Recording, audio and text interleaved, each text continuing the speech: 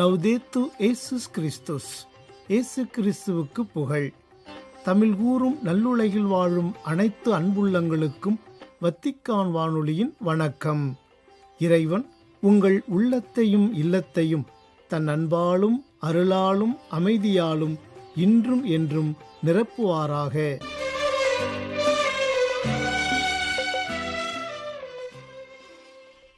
அன்பு நேயர்களே, வத்திக்கான் வானொலி இன்று உங்களுக்கு வழங்கவிருப்பவை தடம் தந்த தகைமை, அன்னை ஓர் அதிசயம் மற்றும் செய்திகள்.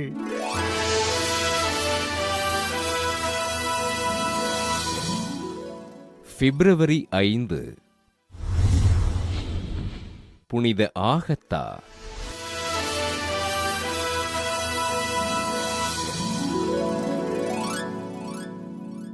இத்தாலி நாட்டில் சிசிலியில் வாழ்ந்த இறைபக்தி நிறைந்த குடும்பத்தில் கிபி 231ஆம் ஆண்டு பிறந்தார் ஆகத்தா.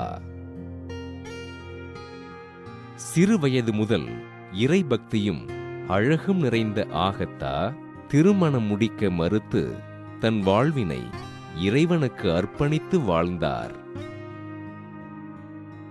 ரோமை அரசின் உயர் பொறுப்பில் இருந்த குயின்சியன் ஆகத்தாவினை திருமணம் செய்வதற்கு விரும்ப இதனை துணிவுடன் மறுத்த ஆகத்தா தன் வாழ்வு இறைவனுக்கே உரியது என்று அழுத்தமாக கூறினார்.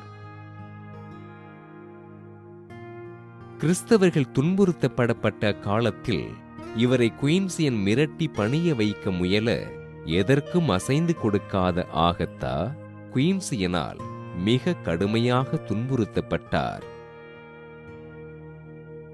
ரோமை அதிகாரி குயின்சியனால் பாலியல் விடுதியில் தள்ளப்பட்ட ஆகத்தா ஆண்டவரிடம் அனைத்து தீமைகளையும் வெல்வதற்கு தன்னை தகுதிப்படுத்தியருளுமாறு உருக்கமோடு ஜெபித்தார். குயின்சியன் ஆகத்தாவை மீண்டும் திருமணம் செய்து கொள்ளுமாறு வற்புறுத்த ஆகத்தா இசைவு தராததால் அவரது மார்பகத்தை அறுத்து மிக கடுமையாக துன்புறுத்தி சிறையில் அடைத்தான். சிறையினில் புனித பேதுரு ஆகத்தாவிற்கு காட்சியளித்து அவரது காயங்களை குணப்படுத்தி ஆறுதல் கூற ஆகத்தா ஆண்டவருக்கு நன்றி கூறி ஜெபித்தார். குயின்சியன் ஆகத்தாவை மீண்டும் துன்புறுத்த ஆகத்தா ஆண்டவருக்கு நன்றி கூறி ஜெபித்தபடி கிபி 251ஆம் ஆண்டு விண்ணகம் சென்றார். தனது உடலும் ஆன்மாவும் இறைவனுக்கே உரியது என்று கூறி தன் வாழ்நாளின் இறுதி வரை ஆண்டவரை அன்பு செய்து வாழ்ந்த ஆகத்தாவினை திரு அவை புனிதராக உயர்த்தி மார்பக புற்றுநோய் உள்ளவர்களின் பாதுகாவலராக அறிவித்தது. புனித ஆகத்தா திருவிழாவினை கொண்டாடுகின்ற நாம் மார்பக புற்றுநோயினால் துன்புறுகின்ற சகோதரிகளை ஆண்டவர் தொட்டு குணப்படுத்தும்படியாக ஜெபிப்போம்.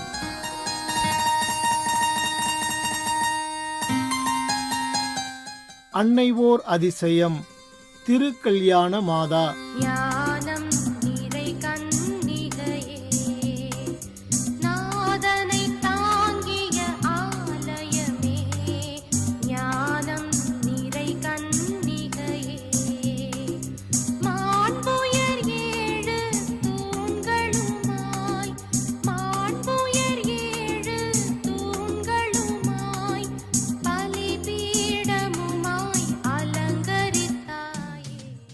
திரு கல்யாண மாதா.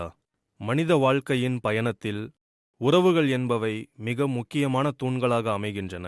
அந்த உறவுகளின் சங்கமத்தில் இறைவனால் ஆசீர்வதிக்கப்பட்ட மிக புனிதமான பிணைப்பு திருமண உறவு ஆகும். ஒரு ஆணும் பெண்ணும் இணைந்து புதியதொரு வாழ்வை தொடங்கும் அந்த தருணத்தை தனது அளவற்ற அருளாலும் அமைதியாலும் மாறாத அன்பாலும் ஆசீர்வதிக்கும் ஒரு உன்னத தாய் உண்டு. அவளே நம் குடும்பங்களின் ஒளியாகவும் திருமண வாழ்வின் பாதுகாவலராகவும் திகழும் திரு கல்யாண மாதா ஆவார். திரு கல்யாண மாதா என்ற பெயரின் உட்பொருளை ஆராய்ந்தால் அதன் ஆழமான தெய்வீகம் நமக்கு புலப்படும். திரு என்பது இறைவனின் மேலான அருளையும் புனிதத்தையும் குறிக்கிறது. கல்யாணம் என்பது மனிதர்களால் மட்டும் தீர்மானிக்கப்படாமல் இறைவனின் ஆசியுடன் நிகழும் மங்களமான திருமண வாழ்வை குறிக்கிறது. மாதா என்பது நம் அனைவரையும் அரவணைக்கும் கருணை நிறைந்த தாயை குறிக்கிறது. சுருக்கமாகச் சொன்னால், திருமண வாழ்க்கையை வெறும் சமூகச் சடங்காக பார்க்காமல் அதை இறைவனின் அருளோடும் புனிதத்தோடும் இணைக்கும் பாலமாக விளங்குபவரே திரு கல்யாணமாதா. திரு கல்யாணமாதா மீதான பக்தி முயற்சியானது நமது திருவிவிலியத்தின் வலுவான அடித்தளத்தில் உருவானது. குறிப்பாக யோவான் நற்செய்தியில் விவரிக்கப்பட்டுள்ள கானாவூர் திருமண நிகழ்வே இதற்கு முதன்மை ஆதாரமாக திகழ்கிறது. அந்த திருமணத்தில் திராட்சை ரசம் தீர்ந்து போய் அந்த புதிய குடும்பத்தின் மகிழ்ச்சியும் கௌரவமும் கேள்விக்குறியானபோது அன்னை மரியாள் தானாகவே முன்வந்து தனது மகன் இயேசுவிடம் பரிந்துரை செய்தார். தண்ணீரை திராட்சை ரசமாக மாற்றிய இயேசுவின் முதல் அற்புதம் நிகழ்வதற்கு அன்னையின் இந்த தலையீடே காரணமாக அமைந்தது.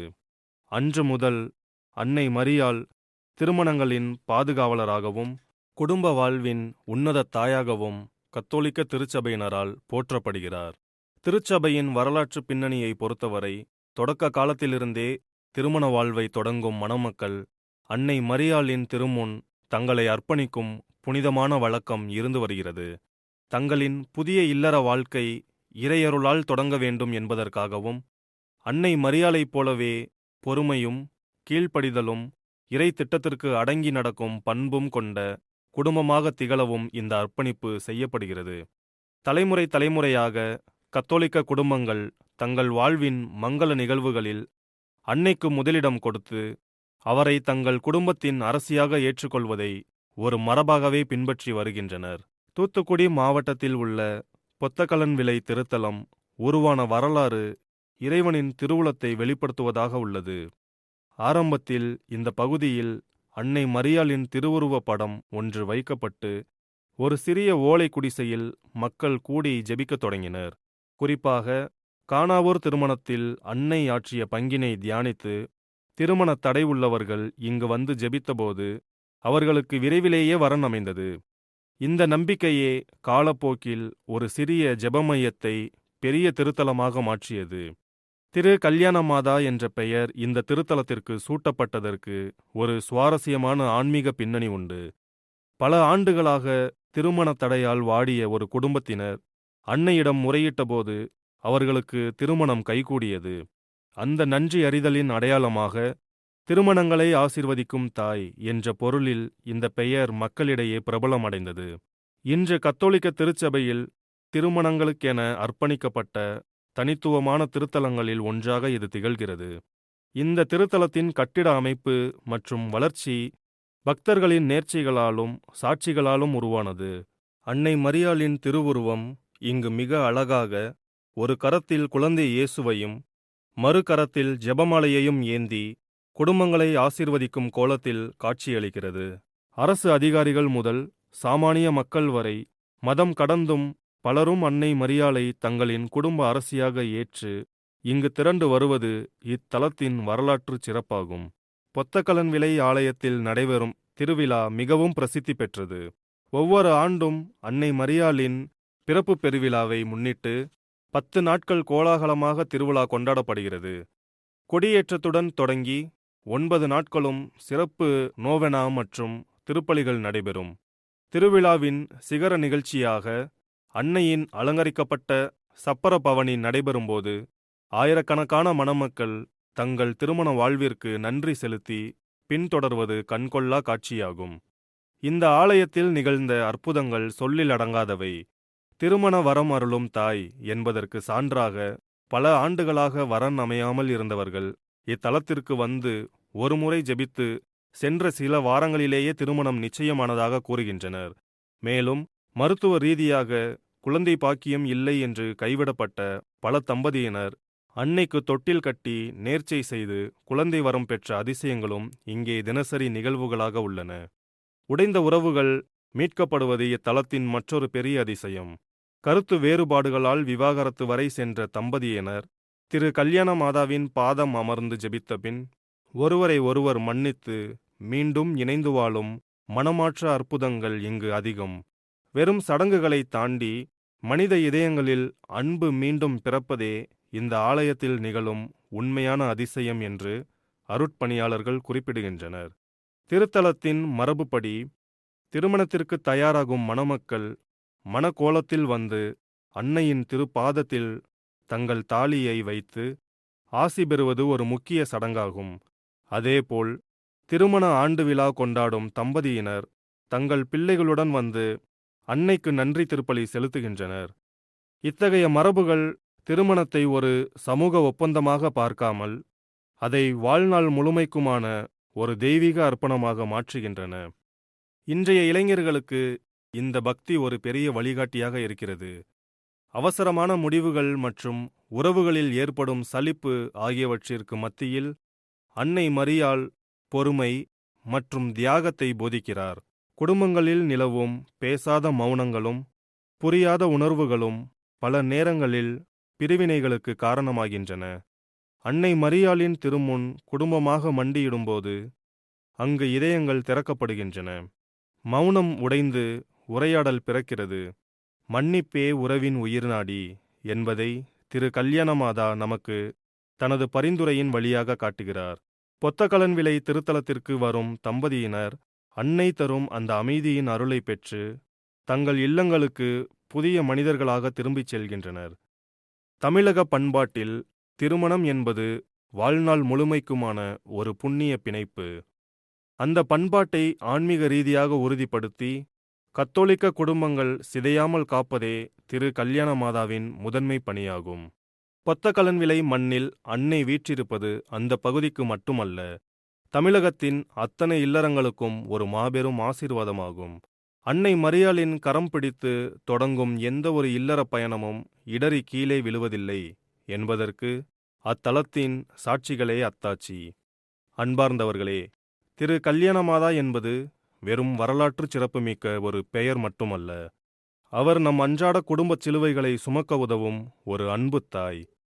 கானாவூர் திருமணத்தில் அன்று எப்படி திராட்சை ரசம் தீர்ந்த குறையை அன்னை போக்கினாரோ, அப்படியே இன்றும் நம் வாழ்வின் வறுமை, மனக்கசப்பு, தனிமை போன்ற குறைகளை அவர் போக்கி வருகிறார். நம்முடைய பலவீனமான நேரங்களில் நாம் சோர்ந்து போகும்போது நம் கரங்களை பிடித்து வழிநடத்தும் ஒரு உன்னத வழிகாட்டியாக அவர் இருக்கிறார். அன்னையின் திருமுன் நாம் மண்டியிடும்போது அவர் நம்மிடம் கேட்பது ஒன்றுதான்: உன் உறவை காப்பாற்ற நீ தயாரா? அந்த ஆம் என்ற பதிலில்தான் அனைத்து அதிசயங்களும் தொடங்குகின்றன. மாற்றங்கள் வெளியிலிருந்து வருவதில்லை, நம்முடைய அர்ப்பணிப்பிலிருந்தே தொடங்குகின்றன என்பதை அன்னை உணர்த்துகிறார். பொத்தகலன்விளை திரு கல்யாணமாதாவின் பேரருள் உங்கள் ஒவ்வொருவர் இல்லத்திலும், குறிப்பாக திருமண வாழ்விற்காக காத்திருக்கும் இளைஞர் இதயங்களிலும் ஒரு புதிய ஒளியை ஏற்றி என்றும் நிலைத்திருக்கும் மகிழ்ச்சியை தருவதாக அமையட்டும்.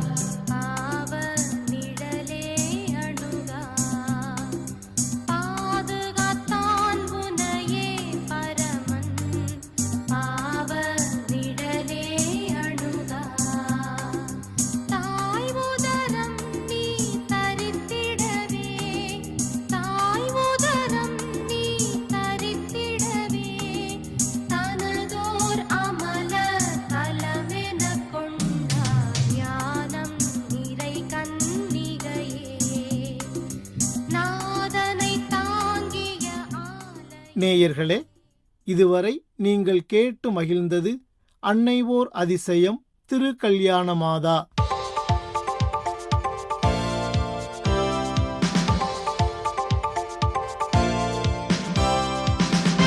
செய்திகள். இன்று உடன்பிறந்த உறவுக்கான தேவை என்பது தொலைதூர லட்சியமல்ல, மாறாக ஓர் அவசர தேவையாகும் என்றும், நமது சகோதரர் சகோதரிகளில் பலர் தற்போது வன்முறை மற்றும் போரின் கொடூரங்களை அனுபவித்து வருகின்றனர் என்பதை நாம் புறக்கணிக்க முடியாது என்றும் கூறியுள்ளார் திருத்தந்தை 14ஆம் லியோ. உலக உடன்பிறந்த உறவு நாள் மற்றும் சயீத் விருது வழங்கும் விழா குறித்து பிப்ரவரி 4 செவ்வாய்க்கிழமையன்று வழங்கியுள்ள செய்தி ஒன்றில் இவ்வாறு தெரிவித்துள்ள திருத்தந்தை, மனித உடன்பிறந்த உறவு என்பது ஒரு வாழும் யதார்த்தம், அது எல்லா மோதல்களையும் விட வலிமையானது என்று நாம் அறிக்கையிட வேண்டும் என்றும் கேட்டுக்கொண்டுள்ளார். முன்னாள் திருத்தந்தை பிரான்சிஸ் மற்றும் பெரிய இமாம் அஹ்மத் அல் தயேப் இருவரும் கையெழுத்திட்ட மனித உடன்பிறந்த உறவுக்கான ஆவணத்தின் 7வது ஆண்டு நிறைவை குறிக்கும் வகையில் போர் மற்றும் வன்முறையால் ஏற்படும் துன்பங்களை எடுத்துரைத்த திருத்தந்தை மரியாதை, பகிர்வு மற்றும் இரக்கத்தின் அன்றாட செயல்களுக்கு அழைப்பு விடுத்துள்ளார். சகோதரத்துவ அன்பை மோதல்களையும் பிரிவினைகளையும் வெல்லும் ஓர் உயிருள்ள யதார்த்தமாக மாற்றுவதன் வழியாக அனைத்து மக்களையும் சகோதரர் சகோதரிகளாக பார்க்குமாறு வலியுறுத்தி தனது செய்தியை நிறைவு செய்துள்ளார் திருத்தந்தை.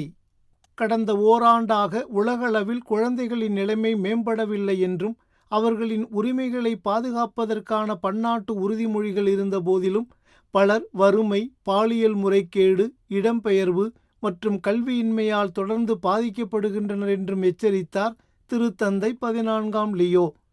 நெருக்கடியிலிருந்து கவனிப்பு வரை குழந்தைகளுக்கான கத்தோலிக்க நடவடிக்கை என்ற முன்முயற்சியின் ஏற்பாட்டு குழுவினரை திருப்பீடத்தில் சந்தித்த போது இவ்வாறு எச்சரிக்கை விடுத்த திருத்தந்தை, கடந்த ஆண்டு திருத்தந்தை பிரான்சிஸ் அவர்களின் தலைமையில் நடைபெற்ற பன்னாட்டு குழந்தைகள் உரிமைகள் உச்சிமாநாட்டிலிருந்து முன்னேற்றம் தேக்கமடைந்துள்ளது ஆழ்ந்த கவலைக்குரியது என்று குறிப்பிட்டார்.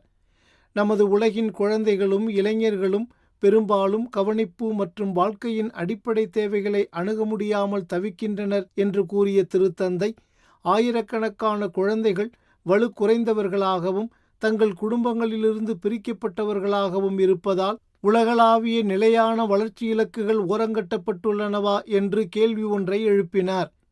குடும்பத்தின் முக்கியத்துவம் பற்றி முன்னாள் திருத்தந்தை பிரான்சிஸ் அவர்களின் படிப்பினைகள் குறித்து நினைவு கூர்ந்த திருத்தந்தை, தாய் மற்றும் தந்தை இருவரிடமிருந்தும் அன்பை பெறுவதற்கான குழந்தையின் உரிமையை மீண்டும் உறுதிப்படுத்தியதுடன் குடும்பங்கள் மற்றும் அன்னையர்களை ஆதரிப்பதற்கு பதிலாக உயிர் வாழ்க்கையை தடுக்கும் கொள்கைகளுக்கு பொது வளங்களை ஒதுக்குவதை குறித்து விமர்சித்தார்.